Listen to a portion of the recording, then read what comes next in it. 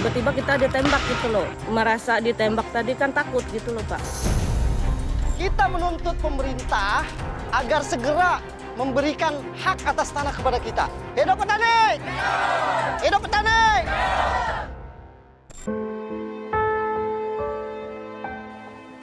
Kalau kita nggak diredis, ya makan apa? Kasihan anak-anak kami.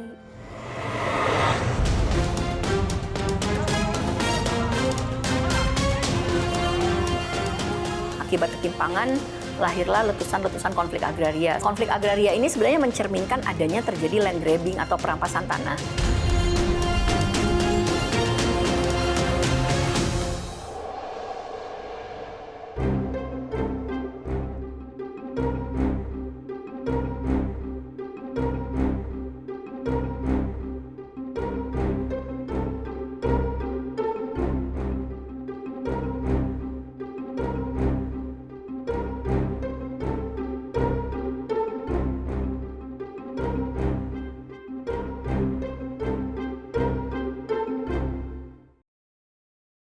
Masyarakat berteriak menggemakan isu ketimpangan lahan. Mereka menyuarakan absennya negara yang seolah tutup mata. Bentrok dengan korporasi skala besar yang diklaim konsorsium pembaruan agraria menguasai 68% daratan Indonesia tak terhindarkan. Betulkah negara abai? Karut-marut problematika tentang ketimpangan lahan akan hadir dalam program Berkas Kompas episode kali ini. Kita tidak akan memberikan sejengkal tanah pun kepada perusahaan perkebunan. Betul? Suara lantang Didi Suryadi menggema di hadapan puluhan petani Desa Nanggung, Bogor, Jawa Barat di penghujung Oktober 2023. Ia membakar semangat petani untuk tak menyetop perjuangan mendapat kepastian atas kepemilikan tanah bekas lahan konsesi hak guna usaha milik korporasi swasta. Kita menuntut pemerintah agar segera memberikan hak atas tanah kepada kita. Hidup petani! Hidup petani! Selama 1 dekade, Didi dan sejumlah petani Desa Nanggung tak pernah patah arang. Mereka memperjuangkan tanah bekas lahan konsesi HGU PT Hevea Indonesia yang diklaim kadaluarsa sejak 1 Januari 2014. Tim Berkas Kompas menelusuri PT Hevea Indonesia mengantongi SK hak guna usaha lahan seluas 310,783 hektar di 3 desa Kecamatan Nanggung selama 25 tahun sejak 1988. Di tahun 1999 silam, warga mengklaim perusahaan menelantarkan bidang tanah yang lantas ditanami warga dengan palawija. Bara konflik terpercik kala perusahaan mengonversi tanaman karet dan cengkeh ke kelapa sawit pada 2012, 1 tahun sebelum masa HGU habis. Mereka hancurkan secara sepihak yang kemudian masyarakat menjadi kehilangan lahannya, kehilangan hasil taninya. Pada 15 September 2010, PT Hevea Indonesia mengajukan permohonan perpanjangan HGU seluas 271,5 hektar. Lahan ex-HGU PT Hevea Indonesia jadi sumber penghidupan bagi 1.460 petani di 3 desa. Termasuk Enung, bertani membuat ibu 1 anak ini bisa menjaga dapurnya terus mengebul. Apalagi sang suami, cuma pekerja serabutan. Kalau ibu sendiri mulai bertani di sini atau berladang di sini, bisa diceritakan sejak kapan sih, Bu? 90-an ya, nerusin bapak saya. Bapak saya udah meninggal, terus kita dilanjutin sampai sekarang. Ya, berladang dari sini, kami dulu nanam pisang, alhamdulillah, kebeli beras, anak jajan. Enung ingin negara pro petani ketimbang korporasi. Ia khawatir jika pemerintah memperpanjang HGU perusahaan, Enung dan petani lain akan terusir dari lahan di kampungnya sendiri. Kalau kita nggak diredis, ya makan apa? Kasihan anak-anak kami. Pokoknya saya mah pengen berjuang sekuat tenaga saya, pingin ini harus ke tangan kita, gitu aja saya mah. Harus semangat, pokoknya harus berjuang. Ya ibu-ibu ya, semangat. Pokoknya ini harus ke tangan kita. Karena ini hak kita. Kalau nggak dari sini, dari mana kita makan? Sejak HGU perusahaan tamat, kesadaran masyarakat memperoleh hak atas tanah melonjak. Langkah ditempuh dengan menghidupkan gerakan petani hingga melobi pemerintah dari level daerah hingga pusat. Angin segar sebetulnya datang di penghujung 2019. Kantor wilayah BPN Jawa Barat mengeluarkan SK penetapan lokasi redistribusi tanah objek reformasi agraria. Desa Nanggung termasuk di dalamnya. Tetapi 2 tahun berselang, SK ditarik kembali. Alasannya, ada tumpang tindih sertifikat hak milik yang terbit tahun 1981 sampai 1984 di atas lahan ex-HGU. Sampai kini, redistribusi tanah di Desa Nanggung, Cisarua, dan Curug Bitung jauh panggang dari api. Malahan, HGU perusahaan disebut bakal diperpanjang. Pertemuan terakhir para petani dengan Pemda Oktober lalu menghasilkan kemunduran. Kemarin sempat ditawari jalan keluarnya bagaimana kalau win-win solution dengan PT HPA Indonesia. Masyarakat mengurangi garapannya, kemudian itu di HGU-nya diperpanjang gitu. Nah, persoalannya adalah petani yang mana yang mau kita usir gitu. Bagi petani, tanah bukan komoditas, bukan barang komersial. Tanah jadi tempat hidup dan membangun relasi sosial. Kami tidak mau terjadi jual beli di atas tanah ini. Tanah ini biar terus abadi untuk anak cucu kami. Tim Berkas Kompas datang ke kantor PT HVA Indonesia. Tetapi tak ada pihak manajemen yang bisa kami temui.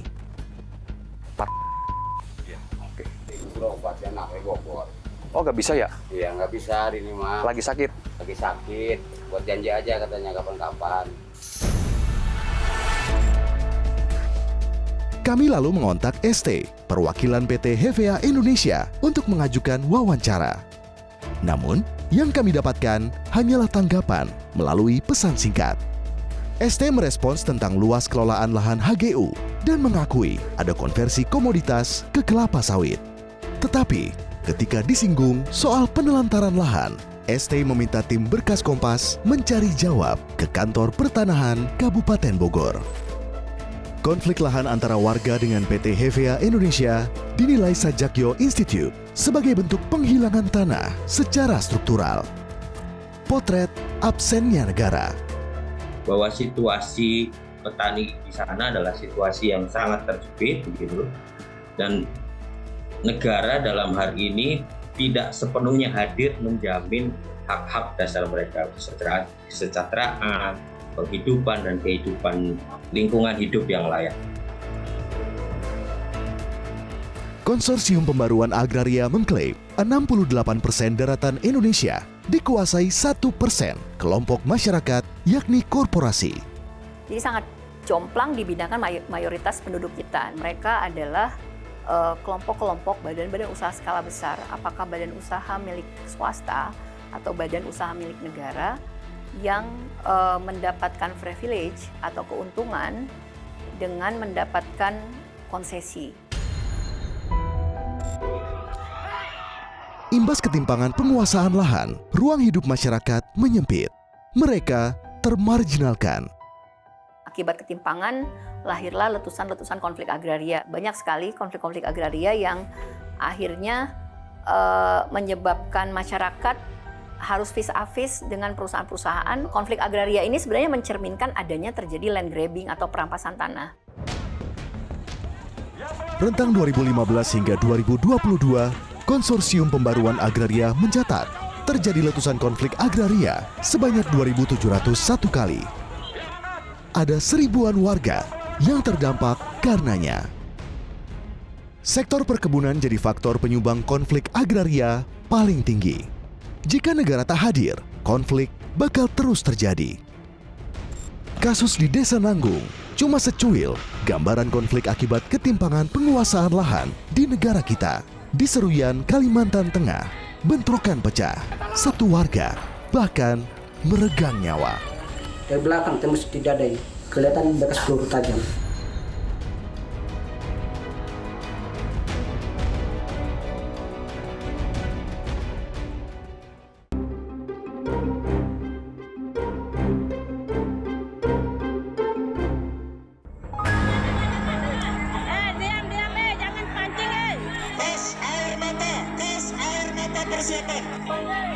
Jangan terpancing, jangan terpancing.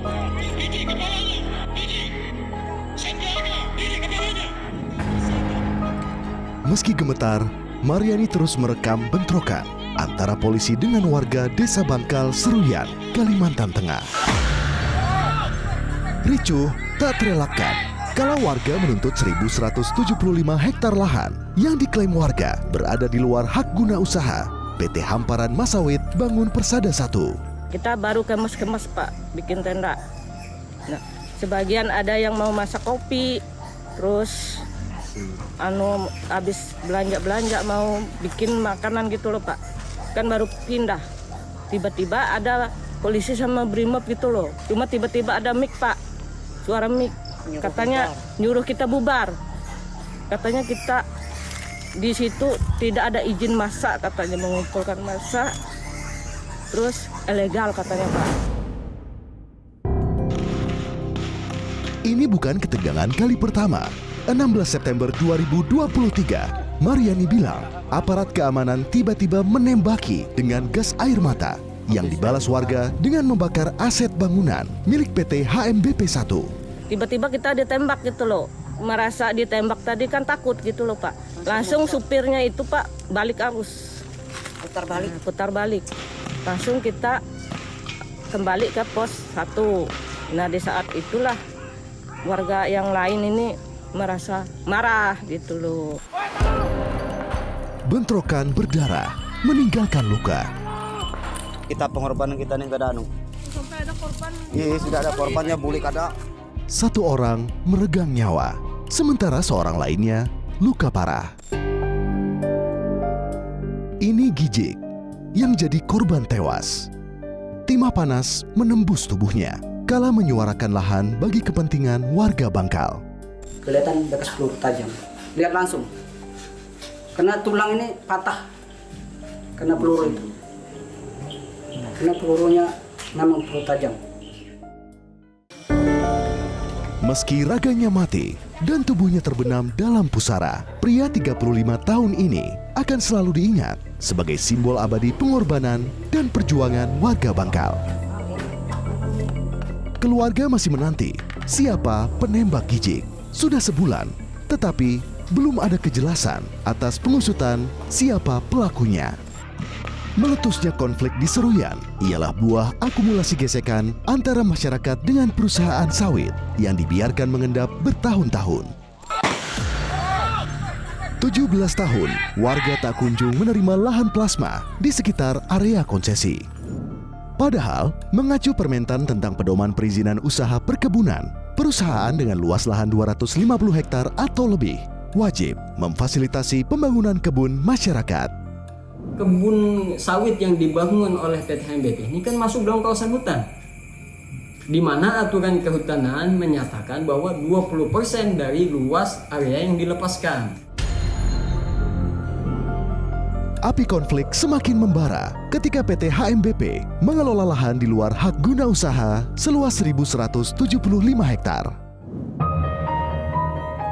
Saryanto, salah satu warga, tak menampik perusahaan mengganti lahan warga dengan uang sebesar Rp400.000 per hektar. Tapi, lahan berpasir dan rawa tak diberi kompensasi penggantian uang. Kerap kali mediasi dilakukan terkait kewajiban yang mestinya perusahaan berikan, tetapi tak ada titik temu. Apalagi saat perusahaan bilang bakal memberi 20% lahan seluas 235 hektar dari bagian 1.175 hektar yang jelas-jelas bukan hak guna usaha PT HMBP.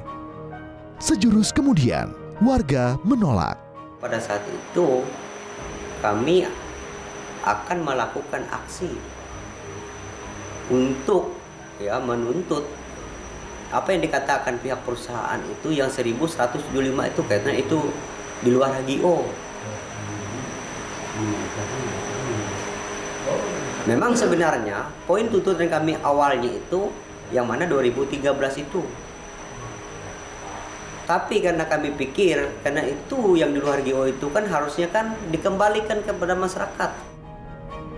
Ada 13 poin tuntutan yang diminta warga Bangkal sejak 2013, tetapi tak pernah terrealisasi. Masyarakat menuntut yang mana 20% itu yang dari luasan izin. Hasil mediasi kalau nggak salah itu 2011 pada saat itu. Ada jawaban 2013 itu yang pihak perusahaan itu siap membangun kebun masyarakat yang mana 2 hektar per kakak itu akan dibangun awal 2014. Jangan pancing Tes air mata persiapan. Jangan terpancing jangan terpancing. Bidik kepalanya, bidik. Senjata, bidik kepalanya. Konsorsium Pembaruan Agraria menilai penanganan konflik agraria oleh pemerintah bukan mengedepankan dialog, tetapi pendekatan hukum positif legalistik. Karena tadi ketika sudah ada protes, justru yang didatangkan adalah aparat penegak hukum, polisi, tentara, security perusahaan, preman yang dimobilisir untuk meredam protes atau perjuangan hak atas tanahnya masyarakat. Bahwa negara terus akan hadir untuk membela rakyatnya dengan memberikan hak atas tanah. Menteri Agraria Tata Ruang Badan Pertanahan Nasional bilang, negara akan hadir bagi rakyat untuk memberi hak atas tanah. Tapi, rakyat yang mana? Meratakah keadilan yang diusung negara dalam mengelola konflik agraria? Ketimpangan lahan jadi bom waktu jika terus dibiarkan. Negara tak boleh tutup mata.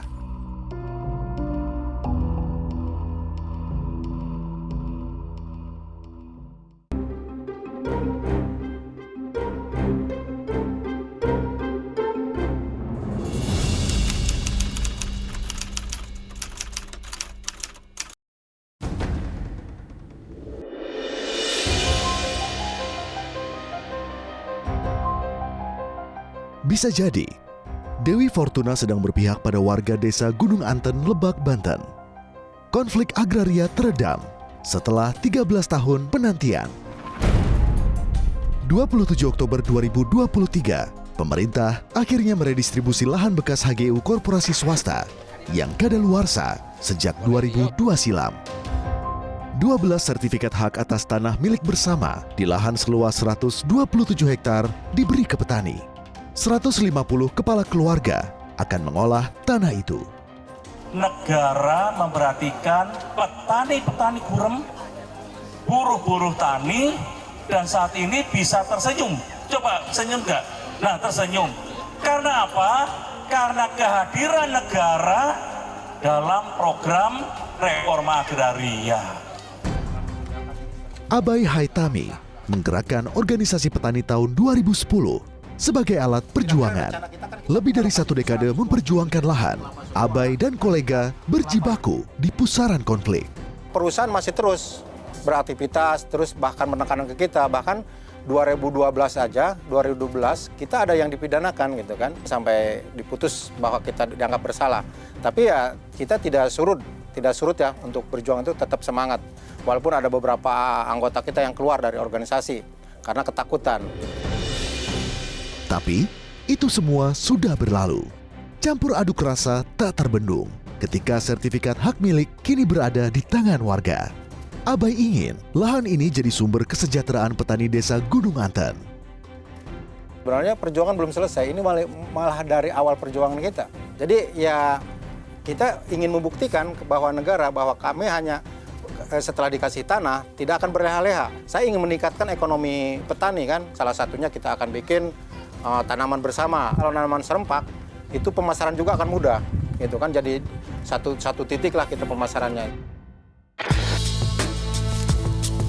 Nana, petani Gunung Anten ini senang bukan kepalang. Sebab ia bisa berladang di lahan seluas 7.000 meter persegi tanpa was-was. Dulu sebelum kita punya sertifikat, kita itu masih ada rasa was-was gitu. Kalau lagi menggarap, takut ibaratnya ada intimidasi lagi gitu dari pemerintah, dari pihak-pihak perkebunan gitu yang mengatasnamakan pemerintah gitu kan. Tapi sekarang setelah ada sertifikat kita, hati merasa tenang.